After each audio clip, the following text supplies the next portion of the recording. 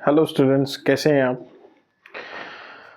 अभी वीडियोस में अगेन फिर वही चीज़ 2-3 बारी से हो रही है कि बहुत ज़्यादा गैप आ रहा है और चीज़ें कंसिस्टेंट नहीं हो पा रही है मेरी साइड से। And I am feeling sorry for that because ऐसा नहीं होना चाहिए। दूसरी चीज़, ये थोड़ा सा मिसमैच जो हो रहा है ये इसलिए हो रहा है क्योंकि जो फिर वही कहानी की मेनली जो बच्चे मेरे से ऑफलाइन कनेक्ट है, मैं उनके साथ ज़्यादा अभी समय दे रहा हूँ बिकॉज़ वही वाली बात कि कहीं ना कहीं बोर्ड जा रहे हैं और चीज़ें बहुत ज़्यादा इंटैंगल हो रखी हैं साथ में। तो इस वजह से आपको वीडियोस थोड़ी कंसिस्टेंट नहीं मिल रही होंगी अभी, बट आगे या कोशिश करते रहेंगे कि हम इसको कंसिस्टेंट रखें। और अगर कहीं बीच में किसी दिन वीडियो या इस तरीके का नहीं हो पा रहा है कि पूरी फुल लॉन्ग वीडियो नहीं बन पा रही, तो मैं कहीं ना कहीं उस टॉपिक को या उससे रिलेटेड कोई भी टॉपिक आपको शॉर्ट्स के हेल्प से बता सकूं और इस तरीके से हम चीज़ों को थोड़ा सा कंसिस्टेंट रखने की कोशिश करेंगे आपसे। सो फाइनली आते हैं अपने टॉपिक पे। अगर हम बात करें तो हम रिफ्रैक्शन ऑफ लाइट कर रहे थे।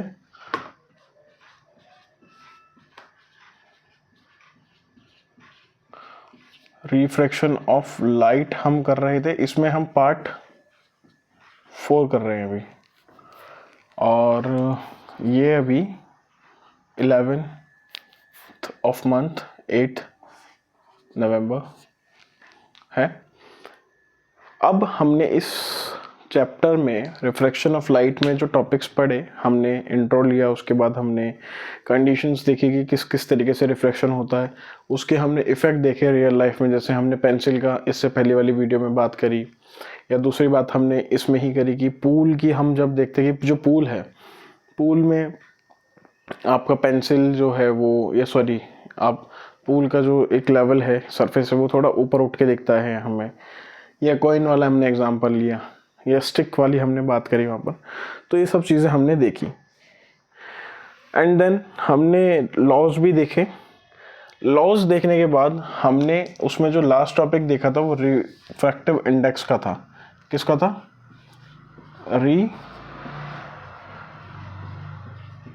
रिफ्रैक्टिव इंडेक्स का वो टॉपिक था। ठीक है, अब इसको थोड़ा सा अच्छे से समझने की कोशिश करेंगे कि रिफ्रैक्टिव इंडेक्स क्या होता है, या उससे रिलेटेड जो क्वेश्चंस हैं वो कैसे बनते हैं, या किस तरीके से आपके एग्जाम में आएंगे, उनको देखते हैं। अगर हम बात करें रिफ्रैक्टिव इंडेक्स की, तो ये एक्चुअल में है क्या कि जो रिफ्रैक्टिव इंडेक्स है वो रेशो है किसका? इंसिडेंट, एंगल ऑफ इंसिडेंट और एंगल ऑफ रिफ्रैक्शन। मतलब अगर मैं बात करूँ, ये कांस्टेंट है। मतलब साइन आई, अगर हम बात कर रहे थे वहाँ पर लॉज में कि sine I upon sine R होता था, sine I upon sine R था, और इक्वल्स टू में हमने कहा कि कोई कांस्टेंट है। ठीक है, हमने क्या कहा कि कांस्टेंट है। अभी कांस्टेंट क्या है, इसको हम किससे कन्वे करेंगे, कांस्टेंट क्या है? तो हमने कहा कि जो कांस्टेंट है यही तो रिफ्रैक्टिव इंडेक्स है, जिसको हम किससे डिनोट करते हैं? एन से डिनोट करते हैं। इतनी बात समझ आ गई थी।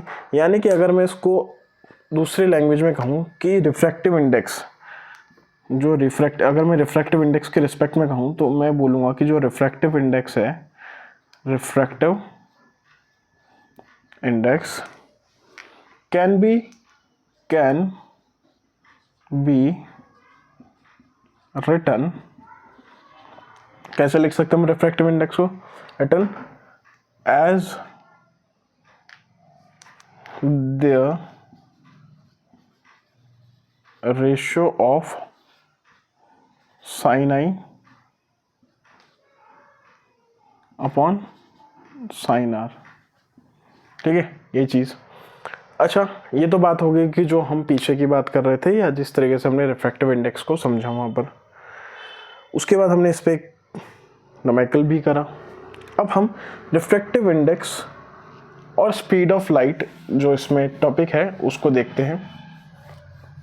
कि उसमें हम किस तरीके से चीज़ों को समझते हैं, क्या रिफ्रैक्टिव इंडेक्स और इसके साथ अगर मैं लिख दूँ यहाँ पे speed of light, refractive index and speed of light, अगर मैं ये लिख दूँ, टॉपिक अब ये बन गया refractive index and speed of light, तो क्या मैं रिफ्रैक्टिव इंडेक्स को स्पीड ऑफ लाइट के रिस्पेक्ट में भी रिप्रेजेंट कर सकता हूँ कि नहीं कर सकता हूँ, उसकी बात करते हैं। तो यहाँ पर क्या है कि अगर मैं रिफ्रैक्टिव इंडेक्स की बात करूँ तो मैं जब दो मीडियम्स को कन्वे कर रहा हूँ, तो जो मीडियम्स हैं, फॉर एग्जांपल मेरे पास वाटर और ग्लास है, मेरे पास दो मीडियम है, मीडियम 1 जो मेरे पास है वो वाटर है, ठीक है, और जो मीडियम 2 है मेरे पास, ध्यान से समझना इस बात को, मीडियम 2 जो मेरे पास है वो ग्लास है, ठीक है। अब पहली बात तो ये थी कि मैं उनके एंगल्स के sine I upon sine R बोलूँ, ठीक है। दूसरी बात मैंने कही कि जो मीडियम 1 और मीडियम 2 है, इसकी मैं स्पीड्स ले लूँ, स्पीड ऑफ मीडियम 1 यानी कि क्या, वाटर, और दूसरा स्पीड ऑफ मीडियम 2 यानी कि क्या, ग्लास। तो अगर मैं इनकी स्पीड्स ले लूँ तो उसके थ्रू भी मैं रिफ्रैक्टिव इंडेक्स निकाल सकता हूँ, ठीक है। अब यहाँ पर इसको कैसे लिखते हैं, कैसे रिप्रेजेंट करते हैं, उसको हम समझते हैं कि यहाँ पर अगर अच्छा ये इसकी अगर मैं छोटा सा एक एग्जांपल बनाने की बात करूँ तो यहाँ पर फिर वही एक स्टैंडर्ड कि यहाँ से लाइट गई, ये नॉर्मल हमने ड्रॉ करा और ये यहाँ पे गई, तो यहाँ पर जो ये गई, ये जो टिल्ट आया, इसमें जो डिफरेंस आया ये आई था, और यहाँ पर ये जो आर निकला, तो हम इसके रिस्पेक्ट में बात कर रहे हैं यहाँ पर अभी। अच्छा, दूसरी चीज़ कि हम स्पीड ऑफ लाइट के बारे में हमने जब कहा कि speed of light of medium 1 और मीडियम 2 यानी कि ग्लास और वाटर, मैंने वहाँ पर एग्जांपल लिए, उसके थ्रू भी हमारा रिफ्रैक्टिव इंडेक्स निकलता है। अब इसी चीज़ को आगे ले जाते हुए देखते हैं कि किस तरीके से रिफ्रैक्टिव इंडेक्स निकलता है through speed of light in that medium.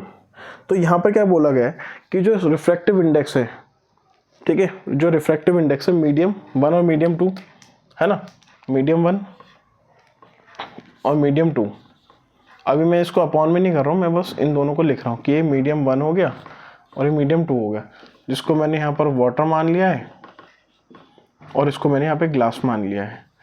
अब मैं इसको फॉर्मूला में कैसे रखूँगा या कैसे मैं इसको रिप्रेजेंट करूँगा, तो क्या है उसके लिए कि जो रिफ्रैक्टिव इंडेक्स है मीडियम 1 का, क्या बोल रहा है कि जो रिफ्रैक्टिव इंडेक्स है, रिफ्रैक्टिव इंडेक्स जो है किसका, मीडियम 2 का, रिफ्रैक्टिव इंडेक्स ऑफ मीडियम 2, ध्यान से समझना, रिफ्रैक्टिव इंडेक्स ऑफ मीडियम 2 यानी मीडियम 2 में किसको बोलूँगा कि 1 से 2 में जाएगा ना, तो रिफ्रैक्टिव इंडेक्स जो मीडियम 2 का है विद रिस्पेक्ट टू,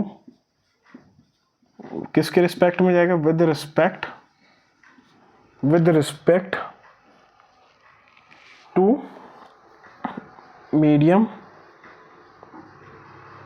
1, सिंपल बात, with respect medium 1 is equal to the, क्या होगा, इज इक्वल टू द, किसके बराबर हो जाएगा, is equal to the ratio of, is equal to the ratio of, किसके बराबर, रिफ्रैक्टिव इंडेक्स मीडियम 1 का विद रिस्पेक्ट टू मीडियम 2 की अगर हम बात करें तो कैसे हो जाएगा कि वो किसके बराबर होगा, किसके रेशियो के बराबर होगा, is equal to the ratio of speed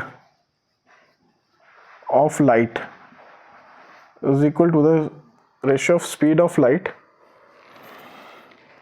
of speed of light in medium 1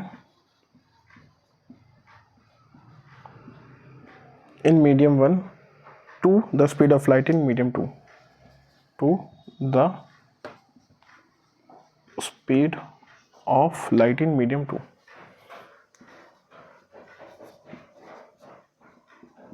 in medium 2। यहाँ पर समझाने वाली बात जो मैं बोल रहा था पहले भी आपको मैंने जो लिख के दिखाया कि जो रिफ्रैक्टिव इंडेक्स है, अगर हम रिस्पेक्ट में बात करें कि मीडियम 2 का विद रिस्पेक्ट टू मीडियम 1, ठीक है, मीडियम 2 का with respect to medium 1, medium 1 के रिस्पेक्ट में मीडियम 2 की हम बात कर रहे हैं, इसको ऐसे लिखते हैं, इस चीज़ को ही हम ऐसे भी लिखते हैं कि एन का डिनोट होता है रिफ्रैक्टिव इंडेक्स से, मीडियम 2 का रिस्पेक्ट किसके जा रहा है, मीडियम 1 के। इस तरीके से इसको लिखते हैं। जिसका रिस्पेक्ट में होगा, जिसकी रिस्पेक्ट मतलब मीडियम 2 जो है वो रिस्पेक्ट में जा रहा है मीडियम 1 की, तो मीडियम 2 रिस्पेक्ट में मीडियम 1 की, इस तरीके से लिखते हैं।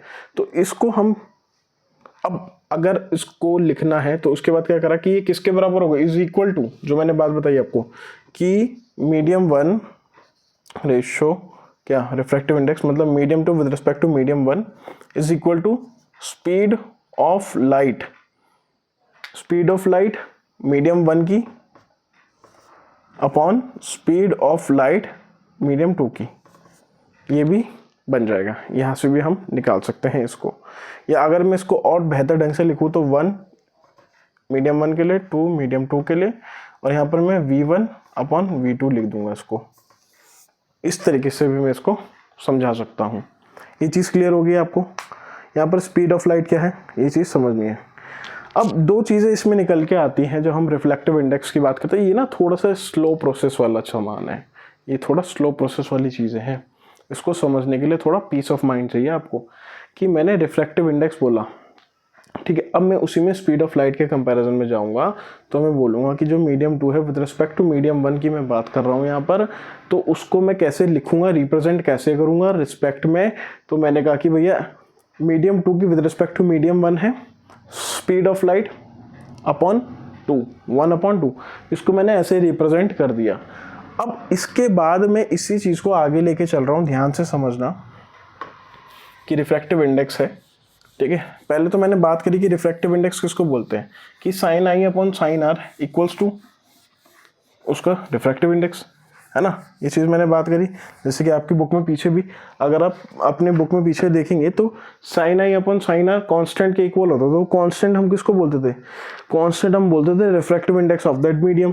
अब जब हमने उसी चीज़ को आगे कन्वे करा तो हमने समझा कि भैया रिफ्रैक्टिव इंडेक्स जो है और स्पीड ऑफ लाइट के बीच में कोई रिलेशन है। हाँ जी, हमने उसको भी समझ लिया। हमने क्या रिलेशन समझा इसके बीच में, हमने समझा कि रिफ्रैक्टिव इंडेक्स, इसको ऐसे करा, इसको मैंने ऐसे समझा दिया कि ठीक है जी ये हो गया। अब इसके बाद मैं इसी में रिफ्रैक्टिव इंडेक्स में ही और आगे जाऊंगा और मैं समझूंगा कि यहाँ पर दो चीज़ें आती है निकल के, एक होता है रिलेटिव और एक होता है एब्सोल्यूट। तो पहले तो मैं उनको एक साथ समझाने के लिए आपको अगल बगल ही लिख देता हूँ। एक होता है रिलेटिव और एक होता है एब्सोल्यूट रिफ्रैक्टिव इंडेक्स।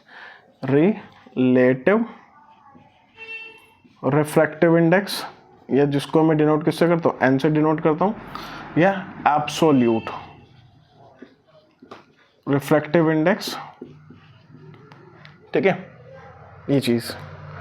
अब यहाँ पर जब मैं रिलेटिव और एब्सोल्यूट की बात कर रहा हूँ तो मैं क्या कहना चाह रहा हूँ, जैसा कि आपकी बुक में भी लिखा है कि जब स्पीड ऑफ लाइट जाती है एक मीडियम से दूसरे मीडियम में, ठीक है, the value of refractive index is called relative. मतलब व्हेन, यहाँ पे ध्यान से समझना कि जो व्हेन स्पीड ऑफ लाइट, जो स्पीड ऑफ लाइट है, क्या बोल रहे हैं कि, या इसको इस तरीके से समझ लो कि व्हेन लाइट गोज फ्रॉम, कि जब लाइट, स्पीड की हम बात नहीं करेंगे, डायरेक्ट सिंपल कि when light goes from medium 1 to medium 2, जब जो लाइट थी वो गई मीडियम 1 से मीडियम 2 में, तो हमने उसको क्या कहा, is called relative, is called relative, ठीक है, मीडियम 1 से मीडियम 2 में गई। लेकिन जब मैं एब्सोल्यूट की बात करूंगा तो जो लाइट है वो जाती है, गोज फ्रॉम वैक्यूम या एयर से किसी दूसरे मीडियम में। व्हेन, यहां पर ध्यान से समझना, व्हेन लाइट गोज फ्रॉम, मैंने यहाँ पे क्या लिख दिया, vacuum, goes from vacuum to another medium,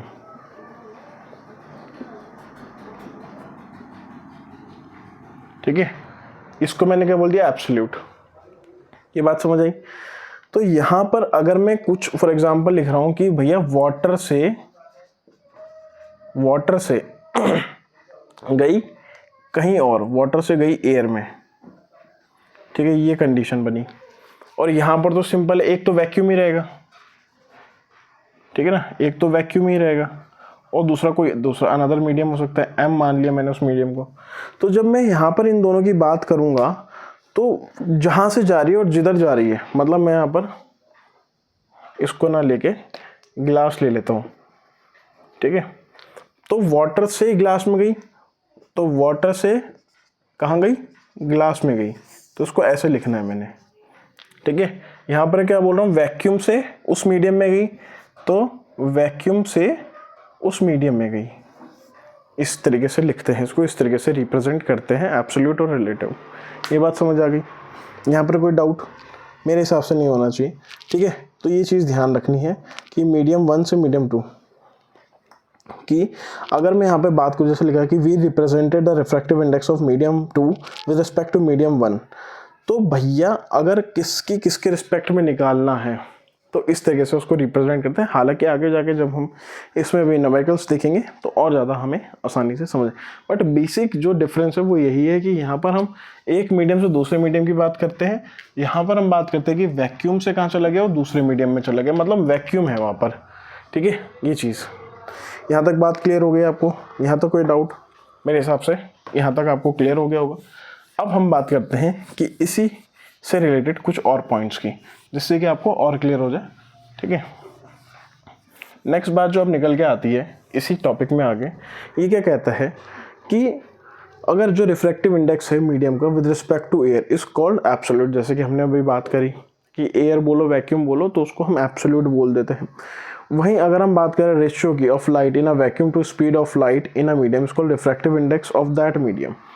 कहने का मतलब यहाँ पर ये क्या कहना चाह रहा है कि इस चीज़ को ध्यान रखना है कि द रेशो, इस चीज़ को ध्यान रखना कि एक चीज़ जो लिखी है आपकी बुक में कि जो रेशो है, द रेशो, किसका रेशो, कि स्पीड ऑफ लाइट का ratio, the ratio of speed of light, the ratio of speed of light, कि भैया रेशो किसका, स्पीड ऑफ लाइट का रेशो है किसमें, वैक्यूम में, the ratio in vacuum, the ratio of speed of light in vacuum to the speed of light to the speed of light in a medium, speed of light in a medium। यहाँ पे ध्यान से समझना कि जो ratio है, the ratio of speed of light in a vacuum to the speed of light in a medium, जो ratio है किसका, स्पीड ऑफ लाइट का, किसमें, in vacuum to the speed of light in medium, अगर लगाना है तो उसको क्या बोलेंगे, refractive index of that medium, किस मीडियम के, इस मीडियम के लिए। तो उसको कैसे लिखेंगे कि रिफ्रैक्टिव इंडेक्स है ना, जिसको एन से डिनोट करते हैं, तो वैक्यूम और अपॉन में क्या जाएगा, of that medium, speed of light. यहाँ पर हम किसकी बात कर रहे हैं, स्पीड ऑफ लाइट की बात कर रहे हैं, ठीक है, दोनों में वही चीज़ आएगी, speed of light in vacuum, speed of light किस में आ जाएगी, speed of light in vacuum, speed of light in medium. अगर हम किसकी बात करें, ध्यान से समझना कि अगर मैं रेशियो मांग रहा हूं किसका, लाइट का, in vacuum to the speed of light in medium, तो ऐसे आ जाएगा refractive index of a medium, किसका आएगा, refractive index of a medium, किसका आएगा, refractive index of a medium. यहाँ पे ये बात ध्यान रखनी कि अगर मेरे को मीडियम का निकाल तो मीडियम नीचे रहेगा, वैक्यूम ऊपर रहेगी, सिंपल सी बात, ठीक है। अब अगर मैं इसी से रिलेटेड एक क्वेश्चन करूँ वहाँ पर, अच्छा एक चीज़ और लिखी है इसमें कि the ratio of speed of light in air to the speed of light in vacuum. तो यहाँ पर जैसे कि अगर मैं यहाँ पर वैक्यूम में एयर लिख दूँ तो कुछ डिफरेंस नहीं आएगा, बात वही रहती है कि 3 × 10⁸ मीटर पर सेकेंड, वही सेम स्पीड रहती है लाइट की, ठीक है। अब अगर मैं बात कर रहा हूँ यहाँ पर एक एग्जांपल ले लेते हैं कि अगर मैं यहाँ पर बोल रहा हूँ कि एयर में जो स्पीड ऑफ लाइट है वो तो है 3 × 10⁸ मीटर पर सेकेंड, हाँ जी मुझे पता है। दूसरी बात अगर मैं ग्लास की बात करूँ, अगर मैं ग्लास में बात करूँ स्पीड ऑफ लाइट की तो कितनी होती है, 2 × 10⁸ मीटर पर सेकेंड, है ना, कितनी होती है, 2 × 10⁸ मीटर पर सेकेंड होती है, ध्यान से समझना इस चीज़ को। अब मैंने वही चीज़ करनी है, मीडियम का रिफ्रैक्टिव इंडेक्स निकालना है।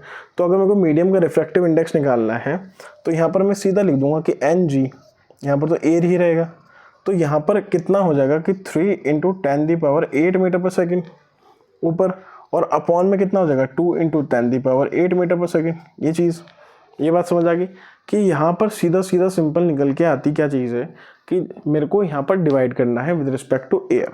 ठीक है, ये चीज़ क्लियर हो रही है आपको। अब जब यहाँ पर मैं इसको डिवाइड करूँगा तो सिंपल है कि 10⁸ है, दोनों में कॉमन तो कट गया। तो यहाँ पर जो रिफ्रैक्टिव इंडेक्स ऑफ ग्लास निकल के आया अगर मैं देखूँ तो कितना आएगा 3/2 यानी कि 1.5 आ गया। तो 1.5, और एक चीज़ आपको ध्यान होगी कि रिफ्रैक्टिव इंडेक्स की कोई यूनिट नहीं होती है। ठीक है, रिफ्रैक्टिव इंडेक्स की कोई यूनिट नहीं होती। 1.5 क्या है कि जो रिफ्रैक्टिव इंडेक्स है ग्लास का वो कितना है 1.5, यानी कि जो एयर है वो किसके इक्वल है, मतलब यहाँ पे जो यानी कि जो रेशियो है स्पीड ऑफ लाइट का in air to the speed of light is equal to 1.5, वो किसके बराबर हो जाएगा 1.5 के बराबर हो जाएगी ये चीज़। ये पॉइंट क्लियर हुआ। अब अगर मैं इसी चीज़ को घुमा के पूछूं तो कैसे आएगा उसको देखते हैं। ठीक है, इसी चीज़ को हम घुमा के, इसी क्वेश्चन को हम अलग ढंग से देखते हैं और समझते हैं कि कैसे होगा। ठीक है, अब मैं क्या बोल रहा हूँ देखना, मैंने बोला कि जो रिफ्रैक्टिव इंडेक्स है, ठीक है, वो मैंने दे दिया 1.5। मैंने बात करी कि मेरे को रिफ्रैक्टिव इंडेक्स निकालना है, या सॉरी यहाँ पे सिर्फ हम स्पीड ऑफ लाइट निकालते हैं, तो मेरे को निकालनी है स्पीड किसकी, ऑफ लाइट। कहाँ पे निकालनी है, speed of light in glass निकालनी है मेरे को, मान लो। ठीक है, यहाँ पर मेरे को नहीं पता, और मेरे को speed of light in air तो पता ही है, रिफ्रैक्टिव इंडेक्स ये दे रखा है विद रिस्पेक्ट टू एयर जा रहा है। अब विद रिस्पेक्ट टू एयर जा तो रिफ्रैक्टिव इंडेक्स ग्लास का, एयर यहाँ पर आ गया, और एयर की स्पीड कितनी आती है ऊपर आएगी 10⁸, इसकी मुझे नहीं पता। ठीक है ना, एक्स मान लिया मैंने उसको। अब यहाँ पर मुझे क्या पता है 1.5 है, ये तो 3 × 10⁸ है ना। अब यहाँ पर से 1 जा और 2 जा, अपॉन में x हो रखा है। ठीक है, अब अपॉन में x हो रखा है तो x की वैल्यू कितनी है आपके आगे यहाँ पर 2 × 10⁸, वही चीज़ निकल के यहाँ पर से आ गई। तो बड़ा सिंपल सा कैलकुलेशन था रिफ्रैक्टिव इंडेक्स का स्पीड ऑफ लाइट के रिस्पेक्ट में। इस चीज़ को थोड़ा समझना है, ऐसे क्वेश्चंस कभी कभी एग्जामिनर पूछ लेता है पेपर में, तो इस चीज़ को ध्यान रखना। ठीक है, ये चीज़ क्लियर होगी। अब आती है बात कि जो रिफ्रैक्टिव इंडेक्स है किसी भी depends on the nature of a material of the medium and on the wavelength of light used. यहाँ पर दो चीज़ें ध्यान रखनी, इस नोट को लिख लेना। ठीक है, आपकी बुक में स्पेशली मेंशन करके दे रखा है इस चीज़ को। क्या बोल रहा है कि जो रिफ्रैक्टिव इंडेक्स है, जो रिफ्रैक्टिव इंडेक्स होता है, यानी कि जिसको हम एन से डिनोट करते हैं, रिफ्रैक्टिव इंडेक्स डिपेंड करता है किस पे, डिपेंड्स अपॉन एक तो नेचर एंड वेवलेंथ। किस पे करेगा, सॉरी, एंड ये करेगा depend upon nature and wavelength of that medium,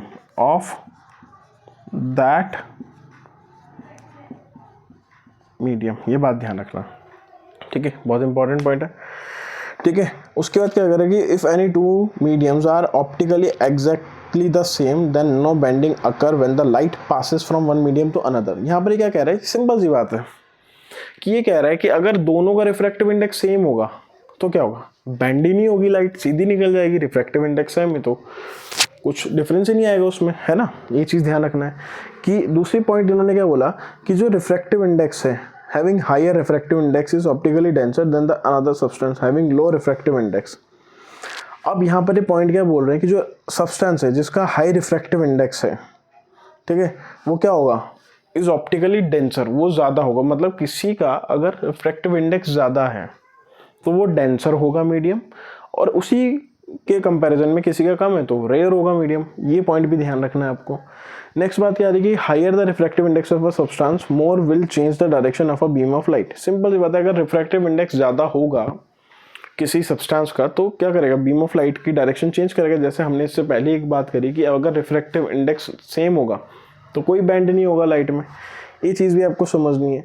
अब दूसरी बात की, जो optical density of a medium is different from its mass density. यहाँ पे ध्यान रखना है कि जो ऑप्टिकल डेंसिटी होती है किसी भी मीडियम की, वो अलग होती है उसकी मास डेंसिटी से। मतलब वो दोनों अलग अलग चीज़ें हैं, उनको साथ में मतलब एक जैसा ना समझा जाए कि ऑप्टिकल डेंसिटी किसी मीडियम की और मास डेंसिटी वो दोनों अलग हो सकती हैं या अलग होती हैं। जो रिफ्रैक्टिव इंडेक्स है for light going from medium 1 to medium 2 is equal to the reciprocal of refractive index. हाँ, मतलब कि अगर मैं बात करूँ कि रिफ्रैक्टिव इंडेक्स 1 से 2 में गया और 2 से 1 में गया, वो रेसिप्रोकल उल्टा ही होगा उसका, है ना, ये चीज़ कह रहा है। क्लियर होगी बात। तो ये कुछ पॉइंट्स से रिलेटेड टू रिफ्लेक्टिव इंडेक्स। और दूसरी बात कि इस वाली वीडियो में हमने सिर्फ रिफ्रैक्टिव इंडेक्स सीखा, रिफ्रैक्टिव इंडेक्स से रिलेटेड क्वेश्चंस को समझा, है ना। और दूसरी बात कि अगर यहाँ पर पूछा जाए, एक क्वेश्चन है, इसको देखते हैं, ठीक है। ये थोड़ा सा आपको समझ आना चाहिए क्योंकि रिफ्रैक्टिव इंडेक्स, ये टॉपिक फिर एंड हो जाएगा हमारा रिफ्रैक्टिव इंडेक्स जिसकी हम बात करते हैं। ये पिछली वीडियो में छूट भी गया था हमारा कुछ, कि ये कह रहा है कि if the refractive index N denote करो of water, if the refractive index of water for light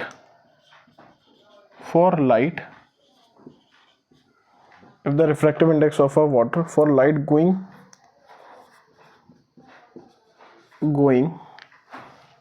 from air to water, मतलब कि यहाँ पर एयर से वाटर में जा रहे हैं तो कितना है रिफ्रैक्टिव इंडेक्स, बी 1.33 दे दिया। What will be the refractive index for the light going from water to air? तो ये पूछ रहा है कि what will be the refractive index if light goes from water to air।